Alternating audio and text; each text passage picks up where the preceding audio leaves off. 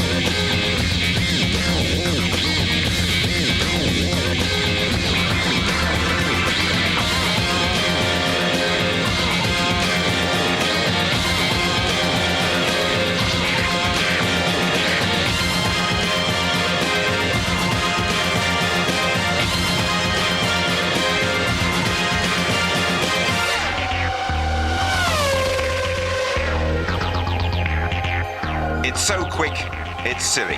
The Spa-Francorchamps circuit, nestled in the Belgian Ardennes forest, is the driver's favourite. It provides a stunning backdrop for the latest instalment in the championship that is still too close to call. Hello there, welcome to the highlights of this afternoon's Belgian Grand Prix. We've seen a remarkable return to form for the world champion Mika Häkkinen, but he comes here knowing his two closest rivals love Spa. Both Michael Schumacher and David Coulthard have won here, unlike Mika Häkkinen, and he has tried 8 times. In qualifying, though, we see a couple of fresh faces at the front. There's something about Spa that's lucky for yellow cars, and Jordan's Jarno Trulli delivers with a stunning lap that puts him on the front row.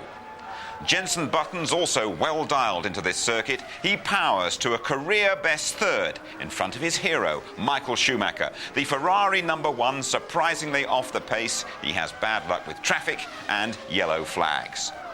At McLaren, it's Häkkinen who has the measure of Coulthard, one of the Scots laps ruined by an on-track spat with Heinz-Harald Frentzen. The last-ditch attempts of all, well, they're ruined by an Alesi roadblock.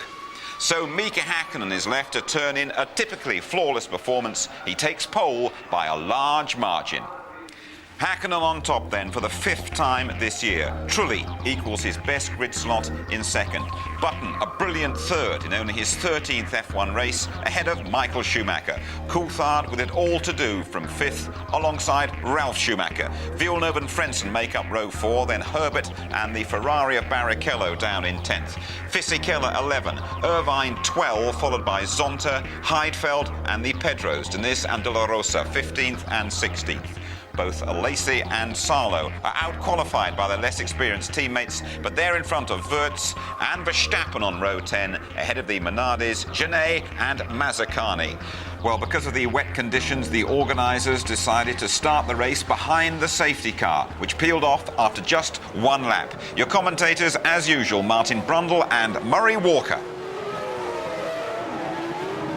We're looking at them as they come through the chicane, and the Belgian Grand Prix at racing speeds is on. Mika Häkkinen leads Jarno Trulli. Michael Schumacher has a look on the inside of Jenson Button as they go round La Source. No changes yet. David Coulthard still there in 5th position, and Michael Schumacher closing up marginally on Jenson Button as they come into Eau Rouge. It looks flat, it's anything but over the crest. So there is Button, Schumacher, and Schumacher is definitely closing on the Williams. Yes, Button quite cautious through Eau Rouge there. Michael's got a run at him, but I don't think he's close enough. Coulthard's not far behind either, and now they're all in the ball of spray. So Jenson Button's got the visibility. Coulthard trying to go around the outside there of Michael Schumacher. So he appears to have some good straight line speed. That'll come in useful later on. Meanwhile, Häkkinen peerlessly moving ahead at the front. And still, as they come down to Rivage again, Schumacher is coming up behind Jenson Button, but cannot, of course, get past the Williams at this point in the race. Now, it looks to me as though the circuit is going to start drying out. We'll get a dry line emerging at some point in the future. Meantime, David Coulthard is right up behind Michael Schumacher, and Mika Häkkinen, of course, is stretching away. And David Coulthard on this lap has gone through the first sector faster than anybody else. It's Button, Schumacher, Coulthard, Häkkinen still leading. Jarno Trulli 2nd in the Jordan, and in 6th place, Ralf Schumacher. No change there. I can't imagine this pressure for a 20-year-old like Button to have Michael Schumacher bearing down in a Scarlet Ferrari in the early stages of his first ever Belgian Grand Prix. But look, already at the dry line beginning to emerge as Häkkinen keeps moving ahead. Coulthard was quite slow in the middle section. He's dropped away now from the back of Michael Schumacher, but they're all very much line astern. Now, let's make this quite clear. As this circuit dries out, it's going to be critical when they come in for dry weather tyres, because if you stay out too long on wet weather tyres, they overheat, they start to chunk, they lose their tread, and therefore you lose grip. And it could be an inspired decision like the one that won Olivier Panis the Monaco Grand Prix in 1997 to change tyres that wins this race. But that is in the future. Meantime, there is Rubens Barrichello. He's gained one place in the Ferrari. He started 10th on the grid. He's got ahead of Johnny Herbert. Remember, Rubens Barrichello started 18th at Hockenheim for the German Grand Prix and came through to win it with an inspired drive. There is the race leader, Mika Häkkinen, going up to Les Combes on lap 3. And Häkkinen already finding the need to go over on the wetter part of the racetrack to cool those wets. They were chunking this morning. They've got to somehow make them last into the first sensible pit stop window. I would have thought about lap 12, so that they can get through the race with only 2 fuel stops. So they need to conserve the tyres, and already Häkkinen going over to find some puddles. But everybody does that, and quite quickly, even the offline parts of the racetrack become much drier. So they're round the very difficult Pouhon as we look down from the helicopter onto the circuit at La Source. Häkkinen leading the yellow Jordan, then Jenson Button, then Michael Schumacher. Behind Michael Schumacher, David Coulthard, and then the Williams BMW of Ralf Schumacher. Yeah, and there's Barrichello. The point of that replay, I think, is watching Barrichello passing Herbert. So that is that was a replay of the start, a very boring start, you have to say. And other than that move by Barrichello, very little has happened down the field as Häkkinen comes through Stavelot, heading down now towards Blanchimont. Which is where the dry line is definitely emerging. The lighter part of the tarmac that you can see is the drier part. And you can see even now that there is spray coming up from the tyres. There's a lot of trees in that sector of the course. They release moisture and wetness onto the track for quite a long time. But Mika Häkkinen now is leading by 2.1 seconds at the end of the third lap. He's just made the fastest lap of the race, 2 minutes 5.4 seconds. And look at Button coming up the inside of Trulli. Jenson Button takes second place with a great outbraking manoeuvre. Can he find the traction? No, Trulli's taking it back again. Button having to run wide because of the speed he carried into La Source and lost that place. But that shows what James Allen was saying earlier on about Button and Williams and BMW being determined to win this race if they can is certainly absolutely right. Jenson Button attacking right from the start, and this is only his 13th Grand Prix. He's going for it again at Les Combes. Has a look round the inside of Trulli with Michael Schumacher still not making up ground. And meantime, of course, Mika Häkkinen is pulling away all the time. David Coulthard closing up on the Ferrari, and behind him Ralf Schumacher. It's second, third, fourth, fifth and sixth virtually together. Yes, Häkkinen 1.5 seconds faster than anybody else on the last lap, and 2 seconds faster than most in the top 7 of the field. So Häkkinen really hooked up, found some grip, found some confidence. It's truly under pressure, and Jenson Button looking calm and still finding time to go over and cool those tyres a little bit. Look, virtually a dry line through Pouhon. Yeah, and Button 0.4 of a second faster than Trulli on the previous lap. He's pushing all the time. Jarno Trulli is definitely holding up. Now, this is an enormous benefit for Mika Häkkinen, and the man who is really suffering at the moment is David Coulthard. Remember, he is third in the World Championship, only 6 points behind his teammate. And if David Coulthard can't get ahead of Häkkinen and win this race, or at least finish in front of the Finn, there's a danger that he may have to resort to team orders from Ron Dennis and the McLaren team in future. Now, if Jenson can stay close through Blanchimont, he must have a great chance of going down the outside of Trulli. I'm sure he's going to and outbrake him. No, he's positioned his car wrong. He's let Michael through. Bad mistake there from Jensen. He went the wrong way completely. He needed to go around the long way around the outside there. He really snookered himself on that move. Michael Schumacher then is attacking up to third position. Jensen Button won't take that lying down. He has another look. David Coulthard is still there. Behind David Coulthard is Ralf Schumacher, and Button attacks again. Hits Trulli, spins the car. Button keeps going and Coulthard gets through. David Coulthard has taken advantage of that spin there, and they go down to Eau Rouge together. This is fantastic. This is 180 mile an hour Grand Prix Formula One wheel-to-wheel racing. Yeah, Ralph is through, so really 2 or 3 terrible corners there from Jensen, finally showing his inexperience. A clumsy move on Trulli. He came in too late. Trulli had already been surprised by Michael Schumacher. Jensen tried to capitalise on that, but there really was nothing else going to happen except Trulli turning in on him, and then managed not to make contact with Coulthard. Coulthard leapfrogged the pair of them, and then Ralf Schumacher making good on the move too. And Ralf Schumacher has a look at David Coulthard now, and Ralf Schumacher is ahead of Jensen Button, unseen by us. No. We covered that one, Murray. Ralf Schumacher cleared Jensen Button. They were side by side into Eau Rouge. Hopefully we'll see a replay of that. And Jensen quite sensibly yielding to his teammate. His teammate had the line. There was no point in them tangling in such a fast corner, and they live for another day. I'm not sure how Coulthard is going to handle Ralf Schumacher behind him. Coulthard appears to have a major problem in the middle sector of the race. He's 2 seconds slower than teammate Häkkinen. He's clearly got a balance problem on the car. They've been changing the car for the conditions, and Coulthard not at all hooked up in the middle part of the lap, and I think he's going to have those Williams keeping him close company for a while. Michael Schumacher, let's see what time he does. He's still 1.4 seconds slower as Michael Schumacher than Häkkinen up front. Häkkinen now with a 10.8 second lead. In has come Nick Heidfeld, in has come Marc Genet, in has come Verstappen. And Häkkinen did not come in that time around. There's the Schumacher in then. So James is in the pit lane. Well, Martin, there's been a huge amount of debate about this. First they were, then they weren't, there they weren't. It's an extraordinary gamble. He's still a few seconds a lap off the sort of pace you need to be on, but I think Michael is throwing the dice, trying to force McLaren into decision, and over his shoulder in comes his brother. He's obviously seen what Michael is doing, and Ralph is in too. So Jensen's still on wets. Nice stop from Ferrari, but, well, incredible gamble.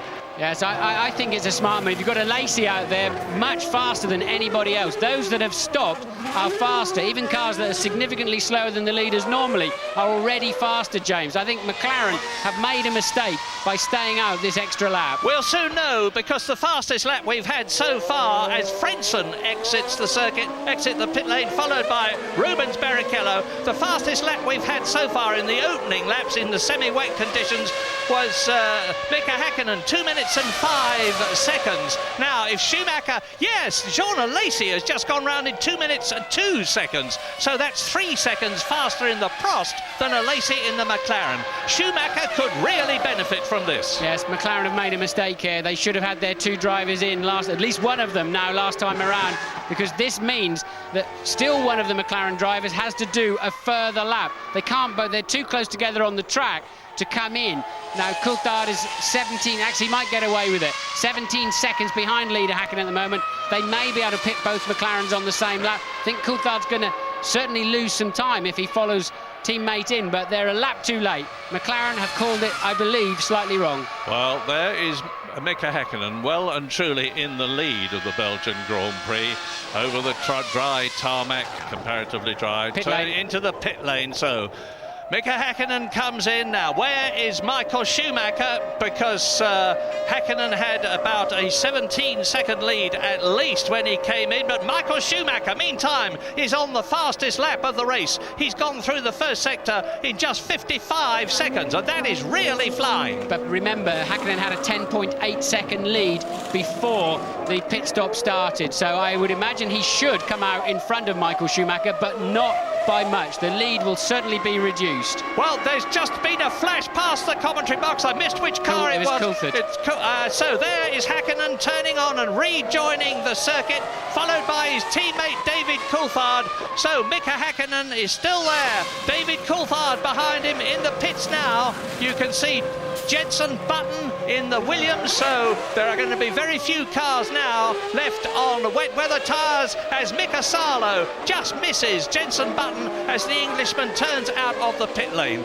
Coulthard is coming into the pits now. Jenson Button will move up into second position ahead of Michael Schumacher, and here they come. No, Schumacher's in second. James.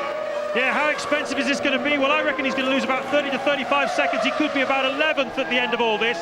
What was interesting was that Ferrari brought Barrichello in right behind Schumacher. Just after I finished talking about it, Rubens came straight in as well. Now, he's still in the hunt, albeit down in 11th. I think DC's lost a big chunk of time here again. Well, he has indeed, because coming in has cost him dear. Mika Häkkinen is leading. Michael Schumacher is second. The gap is 7 seconds, and it was a heck of a lot more than that earlier on. And out of the race goes Giancarlo Fisichella in the Benetton after that enormous crash he had this morning.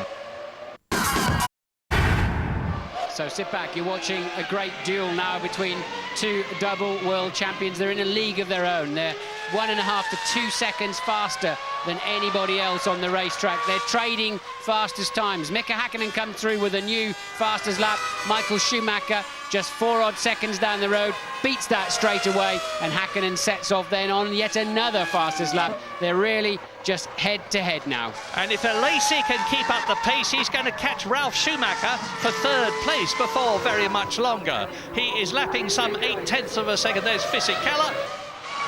And Alesi is lapping some 0.8 of a second faster than Ralf Schumacher, third position, and out. Häkkinen. That's Häkkinen, Mika Häkkinen running off the circuit. What has happened? Has it cost him the lead? As the camera cut to the McLaren? He spun in Stavolo. He spun on his way through Stavolo. He appears to be picking up speed. I think he's just swapped ends on the way into Stavolo. We'll no doubt see a replay. Or did he just pull off the track? Well, whatever. He was only leading by 4.6 seconds, and we're going to get the answer now. Shuey's through. Shuey's easily gone through. Michael Schumacher leads the Belgian Grand Prix. Oh, there he is, and there in the background is Mika Häkkinen. This is a terrific development. Mika Häkkinen was some 4 seconds ahead of Michael Schumacher. Whatever happened to him, the spin at Stavolo has cost him dearly. It's cost him the lead. Yes, it was a spin. Car 1 spun and continued at turn 15. That's Stavolo. So Häkkinen, I hope we see a replay as Heidfeld out of the race. I hope we see a replay. I suspect Häkkinen's just caught a white line somewhere, and the cars swapped ends on him. Now he is the pursuer, and Michael Schumacher has a lead of 5.6 seconds to defend. We're just going to see a replay here. This is Häkkinen having quite a small spin. I think they've been struggling to find it, the Belgian TV crew here. They just caught the end of it. I think he almost certainly caught a white line on the way in, and it was a half a spin. Michael Schumacher in the lead is easing away from Mika Häkkinen. Ralf Schumacher is steady in third position. Jean Alesi is steady in that determined and well-deserved fourth place as a result of that inspired tyre call. Jenson Button is 10.1 seconds behind Alesi in fifth position. But Jacques Villeneuve, the battle between Jacques Villeneuve and Rubens Barrichello, who are forcing each other on, is enabling them to close on Jenson Button in fifth place. James Allen? But Murray, the $10 million question now is when will they have to stop again? Because of the very early stops for tyres, people only put a very little bit of fuel in. They didn't want to lose too much time and places. But I reckon the front runners started this race with enough fuel to go through to about lap 20 to 21. So with that extra fuel, you've got to figure they're going to come in around about the late 20s. But there is the possibility that people have got different fuel loads on board now, and that could well be decisive in about 10-15 laps time. And Michael Schumacher continues now, exits the lap. This is the end of his 18th lap.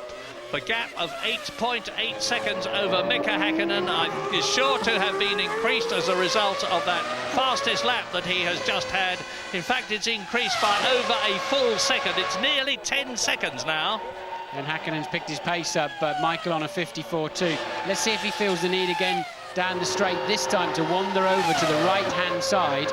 Yes, he does, look, and that's paying off. That's gained Michael Schumacher 4 or 5 seconds on his lead. He's so smart, he's thinking all the time. He needs less of his capacity to drive the car, leaves plenty spare, to think what's going on around him and how he can maximise everything that's available to him. And I'm sure the McLaren team must be on the radio to Häkkinen to tell him to do the same thing. There's that stop that James Allen was talking about. Jean Alesi comes in from 4th position for his fuel stop as opposed to the tyre stop which he made earlier on in the race. Now, he may have lost the place to Jenson Button. I can't tell you at the moment because we're watching the McLaren, as is Ron Dennis, the McLaren team boss there. The McLaren of Mika Häkkinen in 2nd place in Belgium. And Häkkinen has already had 5 second places this year, but he needs a victory here, just as Michael Schumacher does, to do something about the World Championship and riveting it for one or other of them. Schumacher, lap 19, Häkkinen, lap 19, gap nearly 10 seconds. Ralf Schumacher is holding pace very well indeed in the Williams BMW. He's only losing about 0.3 of a second a lap. He's under 10, he's 19 seconds behind his brother, who is in the lead. Yes, if you look at the form book of the last 10 Grand Prix, so that's 20 starts for the McLaren team, they've had 20 finishes. Michael, of course, had a string of non-finishes, mostly down to accidents, it has to be said, rather than mechanical problems, although the engine did fail on him at the French Grand Prix. So you'd have to say that McLaren have the upper hand in the reliability stakes, but right now, Michael easily has the upper hand in speed, although Mika Häkkinen now having to respond to that extra push from Michael Schumacher, but still losing a further 0.3 of a second last time around. Jenson Button pushing to try to get that position from Jean Alesi out of the bus stop. Is he going to be coming in on this lap? No, indeed he is not. The Prost is the only car that's come in for its first fuel stop as opposed to tyre stop so far.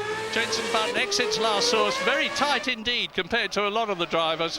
And here is Michael Schumacher bumping his way across the chicane at the bus stop. And hello, this is Eddie Irvine and Mika Salo battling for 12th position. Irvine in the Jaguar, Salo getting through on the inside. Is he to take that 12th position? His car's been beautifully set up for the race. He was 6th fastest in the warm-up this morning. And here again are Jacques Villeneuve and Rubens Barrichello. Still now battling, but now for 5th place. It was 6th position, and the race order at the present moment: Schumacher, Häkkinen, Ralf Schumacher 3rd, Jenson Button is 4th, but as a result of that stop by Jean Alesi, which has dropped into 10th position, Jacques Villeneuve is 5th. You're looking at Rubens Barrichello, who is 6th. Frentzen is 7th ahead of David Coulthard 8th, 9th and 10th Deniz and Alesi. But Alesi should come up again now, having made his fuel stop, when the others have to start coming in. So Deniz has not stopped at all. He was the only driver brave enough to start the race on slicks. That's why he fell to the back of the field early on, but he got the benefit later on. So Deniz up into 9th place in the Sauber, not having stopped for tyres or fuel at this point of the race. And he is lapping about 2 seconds a lap slower than the flying Michael Schumacher in the lead in Belgium on lap 21, coming up to half distance, which is lap 22, as the bus stop they're coming up to, they being Villeneuve and Barrichello. And just imagine the G-forces of the tyre loadings there. Yes, it's very difficult to follow somebody through Blanchimont 195. And Barrichello taking a pit stop. Barrichello clearly thinks his best way past Villeneuve is to come in early and find some clear air. But to follow somebody else through Blanchimont, the problem is you can't see the track. You're turning in at 190 miles an hour, and you've really got to have a bit of blind faith and follow the other driver, and you cannot pick up your reference points. But Barrichello found his reference points at his pit stop, and it appears to all be going well. The refueling rig is off already, and a great stop there by Ferrari. That could just launch Barrichello past Villeneuve when he has to stop, but Barrichello needs to maximise this outlap now. Hope he doesn't get too much traffic. Looks like he's already got a Jaguar in front of him. Now Barrichello must absolutely nail it from the first corner. Yeah, well, he knows the score. 4th in the World Championship. He's got a victory behind him. You probably noticed those copper earthing strips being flattened by the car when he came in to get rid of any static in the Ferrari safely. So Rubens Barrichello on what is an increasingly dry track now. The fastest lap we've had so far, Michael Schumacher on lap 18, 1 minute 54.2, and that is about 0.3 of a second slower than Mika Häkkinen's fastest lap last year, when the conditions, of course, were very much better. And the gap between Schumacher and Häkkinen is now 10 seconds as you watch David Coulthard battling Heinz-Harald Frenzen's Jordan for the last World Championship point at the moment, 6th place. Yes, Coulthard needs to clear Frentzen. He's lapping some 1.5 seconds slower than Häkkinen, and we know the pair of them have got similar pace around this racetrack, so Coulthard can't get anywhere in the turbulent air following the Jordan. If he's going to have any chance of some sensible points today, he needs to clear this Jordan very quickly. His World Championship chances are beginning to slip away this afternoon. This is a bad afternoon for David Coulthard in the year 2000. Yeah, you have to say, Martin, he's had some pretty rough luck this season one way and another. He lost those 6 World Championship points in Brazil for a car irregularity, which was no fault of his after he'd finished second. Yes, but I'll be wondering why he didn't demand to come in earlier for slick tyres. It looked like it was ready for slicks. If I can see it up here, I'm sure they can feel it and see it down there. It looked like slicks. He should have called, should have demanded, unless he was told he couldn't come in. Schumacher in. James. A little bit earlier than we expected, but that's because we've been doing a bit of research. We found the fuel nozzle when he came in first time round was only on for 2 seconds, which was only 24 kilos of fuel. So in comes Michael Schumacher. Now the target here is to get back out again ahead of Jenson Button.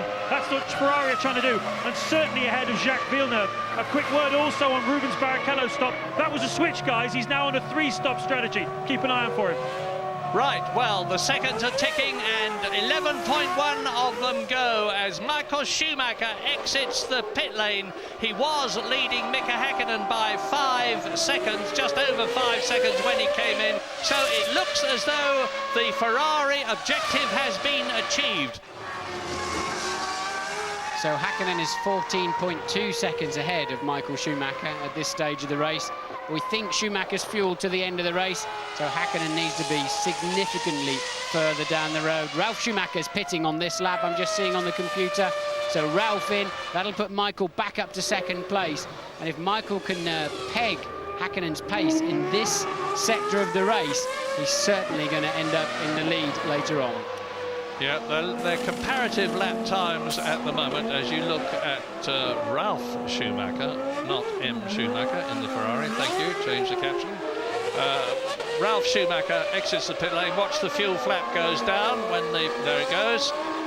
And here is the man who was leading the race when he came in for his pit stop, Michael Schumacher. He's in second position at the present moment, and Mika Häkkinen staying out. This is the 26th lap. The fact that they had to come in early to change from wet weather tyres to dry weather tyres and take on a bit of fuel at the same time has changed strategies dramatically. That when we were expecting people to come in is not necessarily when they are going to be coming in. Jenson Button comes in for his second stop of the afternoon from third position. He will now fall back behind teammate Ralf Schumacher and resume, I would imagine, in fourth. A reasonable stop again there for Jenson, and hopefully he won't have too much traffic when he moves onto the racetrack. Again, Häkkinen is in the pits too, I can see. Mika Häkkinen from the lead of the race into the pit lane. It's not on our screens yet. I'm sure they'll pick it up as soon as they move away from this scrap between Frentzen, and there you see it. Häkkinen coming in for his second stop. Following the arrows in now, the gap was 14.6 seconds. Michael Schumacher is sure to be taking the lead unless he encounters a problem. And out, that's a very good stop. 8.8 seconds for Mika Häkkinen now. I'm looking for the flash. There's the car going past. I just saw the top of it over the pit wall. Where is the Ferrari? Now he's leading. That's one of the arrows that's gone through. So where is Michael Schumacher? Well, there is Mika Häkkinen coming down to Eau Rouge. I saw the top of Schumacher's car. Yeah, there he is. Yes, there he is. Going underneath the wall here, but it was difficult to pick up how far he'd got before Häkkinen in a different shot, came out of the pit lane, and as we thought, Michael Schumacher, who was 14.6 seconds behind before Häkkinen stopped, takes much longer than 14.6 seconds because of the long pit lane and the slow speed limit, and now Michael Schumacher picks up the lead once again, and we think he's fueled to the end. So that was the crucial section of the race there for Michael Schumacher. While he had the much heavier fuel load I was explaining to you, he was still able to match Mika Häkkinen's times. Häkkinen could not stretch that lead with low fuel to be more than a pit stop ahead of Michael, and that really could well have cost Mika the race. Michael, a crucial stage of the race, and he made it work. Well, if Michael Schumacher wins this race, and I'm certainly not going to say he is going to win it, it'll be his 6th victory of the year. He's been trying so hard ever since he joined Ferrari in '96, and in come Frentzen and Coulthard together. Yes, so obviously McLaren called Coulthard in, and Jordan have very sensibly responded immediately to that. These two running line astern, and David Coulthard will be absolutely destroyed to see Frentzen coming in the pit lane ahead of him. Can they turn him around quicker than the Jordan? It's a reasonable stop, but yes, I think he's going to pass him. Yeah. Yep. Lucky there for Coulthard. The McLaren boys turned him around quicker than the Jordan boys, got Frentzen away, and that's a crucial thing, a crucial move there for Coulthard, and now he needs to keep Johnny Herbert's Jaguar behind him as he builds up tyre temperature and speed into Eau Rouge. So, watch for the Jaguar, there it is. Yep. And he has succeeded in doing so, and a classic indication of how you can change positions with a good pit stop. Mika Häkkinen is driving an inspired race. He's got the gap between himself and Michael Schumacher down to under 4 seconds.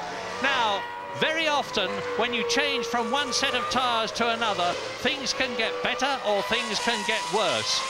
That could have happened both to Michael Schumacher and to Mika Häkkinen the wrong way as far as Schumacher is concerned. They could have got worse for him and better for Häkkinen. But whatever the reason, the gap is coming down, and Rubens Barrichello in the second Ferrari is now in 4th place, catching Ralf Schumacher, who is 3rd. Alesi is 5th and Jenson Button is 6th. Yes, remember, we think that Barrichello's on a 3-stop strategy, therefore he will have the faster car, but 1:53.8 for a new fastest lap for Barrichello.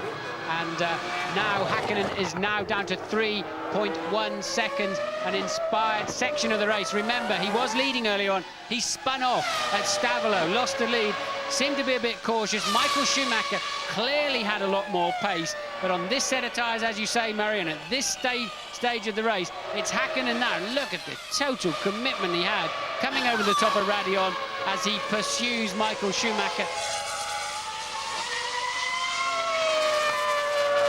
Look at Mika Häkkinen, really hammering it, really giving the McLaren a hard time. And he can see his quarry, Michael Schumacher, as they come round the tremendously fast corner at Blanchimont at some 190 miles an hour, break down for the bus stop, which they take at an approach speed of about 80 miles an hour, and out of it now. The gaps come down from 3.1 to 2.4. Over the line they go, and this time it's 2.2, 0.2 of a second gained by Mika Häkkinen. They exit La Source. They drop down towards Eau Rouge. Through that daunting series of bends, the swinging uphill section, and then bare left at Radion up towards Les Combes. The battle is on. Barrichello out of the race, by the looks of it. Barrichello with some kind of problem, coasting now into the pit lane. He may just be able to freewheel all the way down to his pit. Bad news for Ferrari, good news for Williams and BMW and Jenson Button, because definitely up into 4th place goes Jenson Button, to 5th goes David Coulthard, to 6th goes Heinz-Harald Frentzen, hopefully to get a point for Jordan, and Rubens Barrichello draws to a standstill, very definitely out of the race, his 3rd retirement of the year. Yes, and he's this side, he's the track side of the white line that crosses the circuit, so the mechanics cannot go to that car. He needs the marshals to push him into the zone, past the white line that crosses the beginning of the pit lane. He's saying, push me, push me. There's his mechanics ready for him, look. But the mechanics cannot touch that car. outside of the white line, they will be in serious problems, in my understanding of the rule. James? I think he possibly might have run out of fuel, you know, because he did push it very, very hard. There was quite an interesting run. They're certainly all ready for him. He's reported no particular problems with the car, as far as I can tell. And that's the dilemma for Ferrari. They want the marshals to bring the car in, but who knows? And sadly, Jean Alesi is out of the race in the Prost.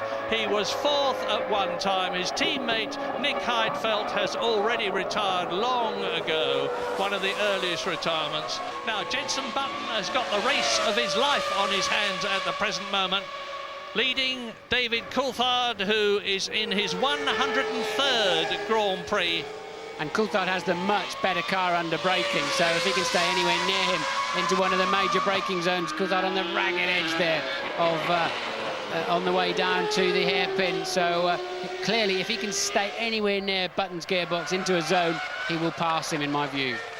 Yeah, but meantime, of course, Jenson Button is getting absolutely invaluable Grand Prix mileage and experience under pressure. He goes to Benetton next year. There's going to be a lot of contention and disagreement amongst the British public about Frank Williams appointing Pablo Montoya to the position next year instead of letting Jenson Button continue with the team. But Frank is the boss. He has to make the decision. The buck stops with him, and rightly or wrongly, he has decided that Button will be released just for 2 years, and he will come back to Williams in the year 2004. A very much mature driver with a lot of experience and maybe Grand Prix victories under his belt. 7 laps to go, and look at this. Mika Häkkinen is maintaining the pressure. He has caught Michael Schumacher. Yes, and just down the road, Coulthard had a little go at getting past Button into La Source. There's 2 tenths in it. Coulthard trying down the outside. His car has been much stronger under braking, and Coulthard takes that position. They're coming up to the Minardi. If the Minardi gets in the way, it could affect the lead, and the Minardi is that of Marc Genet, who is down in 14th place and has already been lapped once. Down to La Source, the slowest corner on the circuit, about 35 miles an hour. So the Minardi's been lapped, the Ferrari's bearing down on them. In front of the Minardi of Marc Genet is Alexander Wurtz's Benetton, down in 13th position. Over Radion, now it's here that Mika Häkkinen can close up. I don't think he's close enough to stop. He is close enough, Murray. He has got the slipstream. We know he's got 10 kilometres an hour extra, but Michael Schumacher very firmly closing the door, leaving Häkkinen nowhere to go at all. Häkkinen had the speed, he didn't have anywhere to use it. And that reminds me of Damon Hill and Michael Schumacher. Damon Hill in the Williams, Michael Schumacher in the Benetton in 1994 had exactly the same place where Damon Hill and Michael actually banged wheels at Les Combes in their tremendous, ferocious fight for leadership in the Belgian Grand Prix, which is being repeated here again. Lap 40. We've got laps 41, 2, 3 and 4 to go at the end of this one. And I have to say, it's looking as though Mika Häkkinen can take that lead and increase his lead in the championship. They're coming up to Wurtz now, who is lapping some 2 seconds a lap slower than they are. They've both got much more powerful and better handling cars. They'll both pass him, but will it affect the lead? Well, Michael there, pretty firm. I think it was legitimate. Here we're going to see it again. Michael starts to move to the middle of the road. He knows that Mika's got a run on him. He knows he's got better straight line speed. And Häkkinen, look, with absolutely nowhere to go. And Michael moving back across the track. Theoretically, you're not supposed to do that, but he was moving back to take the line through the corner. Very close call, but I think a legitimate move there from Michael Schumacher. And I think we're going to see it again, because they're coming through to complete the lap now. That is 40 laps completed, just 4 laps left to go. Now, Häkkinen's best chance is if Schumacher has to follow Zonta closely through Eau Rouge, and I don't think that's going to happen, particularly this time around. I think they're going to pass Zonta on another part of the racetrack, because that's what gives Hakkinen his best shot. Schumacher in dirty air, and then Hakkinen with the extra straight line speed. And once again, look, Michael's having to defend, and Mika, and the back marker's in the way. Can he do it? Yes, he's done it. A brilliant move there, either side of Zonta, and Hakkinen brilliantly takes the lead of the Belgian Grand Prix. And you can see the delight in the McLaren garage, because that could well have decided the race. So Zonta really did come into play there. Michael tried to defend the line and then chose to go the long way around Zonta, and Hakkinen just kept going. Here we see from the front view, the camera up at Lecum, Michael defending the track, making his Ferrari as wide as he can. He then went round the outside of Zonta, and Hakkinen said, thank you very much, I'll have a piece of that side of the racetrack then this time around. And Michael is pushing right to the end, faster in the first sector than Mika Hakkinen, faster in the second sector by half a second than Mika Hakkinen. But the Finn has got it in the bag unless something dreadful happens in the closing few hundred yards of the race, as Michael Schumacher comes right up to the rear wing almost of the McLaren Mercedes. Mika Hakkinen exits the bus stop and for the first time in his career wins the Belgian Grand Prix by 1.1 seconds from Michael Schumacher. But it might just as well have been 1.1 hours from Michael Schumacher, because now Mika Hakkinen has stretched his World Championship lead as we see the superb Ralf Schumacher in this Williams BMW, which has gone so well for the whole of this year's season. The first time that BMW have returned and joined the Williams team, and he gets 4 World Championship points and another podium position to match that he got in Australia at the beginning of the year. And in 4th place, David Coulthard comes through to get 3 World Championship points for McLaren, so that's 13 points for McLaren, only 6 points for Ferrari. McLaren have stretched their lead dramatically in the Constructors' Championship. Yes, Coulthard then, a bad call early on for whatever reason. He should have been in the pits at least 2 laps earlier for slicks, and possibly even 3. 3 would have been a bit of a gamble, but I think that's cost Coulthard a serious opportunity this afternoon. I don't think he quite had the pace anyway of Hakkinen and Schumacher, but in any event, not even on the podium, down there in 4th place, so he loses a further 7 points to teammate Hakkinen in the World Championship. Well, he's been trying since 1991. He's finally done it. World champion Mika Hakkinen, a winner in Belgium. Both Schumachers on the podium. 2 British drivers, Coulthard and Button, in the top 5. Mika, one of the all-time great passing manoeuvres. You must be ecstatic. Yes, it was unusual condition, and I haven't done that kind of overtaking for many years, and so it felt spectacular, and I was very happy to have a situation like that, where the back marker didn't pull right suddenly when he saw Michael overtaking left, so it gave me the room to go inside, but it was close, I tell you. He did an outstanding maneuver when there was Zonta between us. I didn't expect him to dive through the inside, but great job. I don't think Zonta did either. And I was looking on the left mirror, Schumacher was beside me. When I look in the right, just the McLaren came very straight, and I didn't move, because if I changed the line, it could be dangerous. I mean, I couldn't find my way really this weekend till the race, and in the race the car was just great, and I was able to go a good pace. Obviously not quick enough for the top 2, but quick enough to be 3rd. The car was working well at the beginning. I tried to get up the inside of Trulli into the first corner. I think it was on the 2nd or 3rd lap, and it just didn't happen. We collided, and that's how I dropped back to 5th, I think. But all round, it's good to get some points, but a bit disappointing.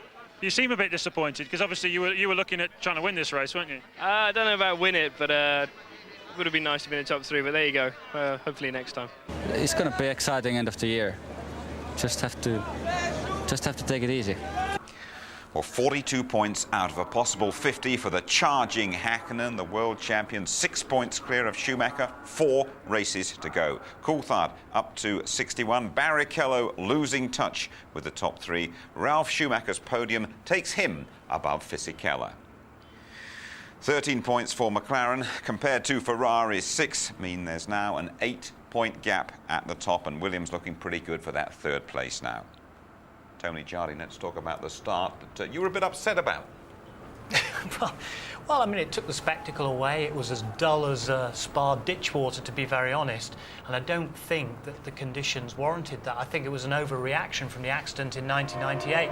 Here we are. And it seemed to me that the team owners and the drivers had badgered race director Charlie Whiting into starting behind the safety car. I'll tell you how conditions were. The end of lap 1, the safety car went in. By lap 5, the first cars were coming in for dry weather tyres. And the accident we're talking about in 98 happened down the hill when David Coulthard lost it over a drainage channel. I can understand, from a driver's point of view, it's their decision, and if Charlie makes that decision, he wants to avoid another accident. I can understand that. But, you know, it's part of the territory here at Spa-Francorchamps. It goes with it, you know. When we spoke to Jenson Button, he was one of the drivers, and he did agree that it should start behind the safety car. He had a very good race, I felt, but had a daft 30 seconds in it, didn't he? He did, but I took great pleasure from it because he went for it. Look at this. You know, he's got twice world champion Michael Schumacher breathing down his neck. He's trying to get past Jarno Trulli. He makes a mistake going the wrong way, going into the bus stop. So Schumacher does him. He still holds it all together. Now let's watch the next bit, going into La Source. Schumacher jumps Trulli. He sees a gap. He goes for it, makes a mistake, spins his mate Jarno Trulli around, but he still gets away with it. He's down the hill, he's still in the race. He lost another place there to Ralf Schumacher as well and dropped down to 5th place. But sensational driving from the young man. One of those things that said Jarno Trulli. Mika Häkkinen won in Belgium for the first time, despite at one stage looking as though he'd blown it. Yeah, I mean, he had a quick spin. We think, you know, he got a tyre on the curb or something. Or he just caught this incident down near Stavelot, and he recovered. He'd been at about 5.5 seconds ahead. There's Schumacher just going through and taking the lead. And he recovered that and had to go past Schumacher twice, but Häkkinen was mighty. He's on a roll at the moment, isn't he, the world champion? Wet or dry. And I mean, even when it was wet in practice, he was always out there doing many, many laps, getting the car set up in both configurations. Lots of entertainment here at Spa today, including an all-British battle between David Coulthard and young Jenson Button. A little bit reminiscent of the end of Hockenheim when Button was closing down on Coulthard, challenging him almost for 3rd place towards the end. But the superiority of the McLaren showing there, the top pen speed, the wonderful aerodynamics, and just squeezing past Button. But Button, a very safe driver in those situations, and the experienced drivers have accepted him into the fold. He hasn't been around that long, but he's one of them already, isn't he? He is. You've got to remember, this is in his rookie season. And, you know, 3rd place on the grid he started from, and he still got in the points yet again. It is a tremendous performance. And we're all saying, well, why is Frank Williams giving him away for 2 years? No one can quite understand that. Eddie Jordan said that when he was our pre-race guest, that's for sure. You know, when we look back at this Belgian Grand Prix, I think in future years we'll say, oh, what a fantastic battle that was between Häkkinen and Schumacher. How many times have we wanted this head-to-head? And, you know, this is Häkkinen making the great comeback. You know, the track was now bone dry. One long move across from Michael Schumacher there, the big red block across on the fin. But he knows it's desperate. Michael Schumacher knows he's hanging on. And the very next lap, on lap 40 coming round. Now look at this, come up to Zonta. Zonta freezes in his tracks, thinking, oh my God, it's Schumacher. I've seen the red guy behind. Freezes in the middle, leaves a gap either side of him. And Schumacher goes the wrong way round, much to the delight. There's Joe Ramirez, their team coordinator, clapping his hands at the front. And gets around him. But what a move. Do you see the way that McLaren changed direction as Mika Häkkinen made the move? That was pure control, aggression, whatever you want to call it. He's right on top of his game at the moment and gritting his teeth, going for that 3rd World Championship. And his mate Tommy Mäkinen, who has 3 World Championships in rallying, was here to support him as well. Tony, thanks very much indeed. And here's your complete Spa rundown. Häkkinen so classy all weekend, just too quick for Michael Schumacher. Ralf Schumacher's first podium since Melbourne in March. Coulthard needing more than 4th. 5th, though, excellent for Button. Frentzen gets Jordan a point. Villeneuve 7th for BAR. Herbert the first Jaguar home. Sarlo 9th. Irvine makes the top 10. Diniz running throughout on slicks 11th. Then Zonta, Wurz, Genet and Verstappen, the early stoppers. 2 laps adrift to La Rosa and Mazzacani, the last finishers. Barrichello ran out of petrol. He did have the fastest lap, though. Lack of fuel pressure finished Alesi. A faulty gearbox accounted for Heidfeld. Electrical troubles finished a miserable weekend for Fisichella. Trulli, well, he couldn't continue after his tangle with Button. Next, it is the Italian Grand Prix, the full ITV service throughout the weekend, live qualifying and the race live build-up starting at 12:30. 15. We saw two heavyweight contenders going eyeball to eyeball in Belgium. McLaren got the verdict this time, but Ferrari have home advantage when they meet again. Good night.